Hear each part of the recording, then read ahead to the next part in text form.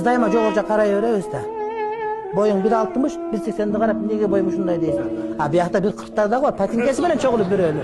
Бияк караш керек деген сөз да. Бирөөнүн 10 баласы карай бересиң, сенде 5 бала бар, а биякта баласы жоктор дагы бар ого. Бирөөнүн самолету бар, миллиардердеги. Онду карайсың, биякта велосипед жок бирөө бар, сенде жүгүлү бар, алхамдулилла. Bir gün жүрөт, bir gün токтотот, бирок жүрүп турат мисалы үчүн. Демек, урматтуу бир тууганым айтат да, көп адамдарга, көп махлуктарга караганда мен жакшыраак кылдым. Ал эмес, урматтуу бир тууганым, адам кылып жаратканда Кудайга шүгүр айтыш керек. Эшек кылып койсо эмне кылат аны? Күнү отун алып келет, уйдан калган шекелди сага салып коет, Кудай сактасын мисалы үчүн. Короз кылып койсо кантет эле, дагы тоок кылып койсочу анда эмне кылат? Адам ойлонуш керек. Күлгөнгө күлкү. А бирок урматтуу бир тууганым билиш керек да мунун маанисин. Кудайым ким кылып жаратты сени?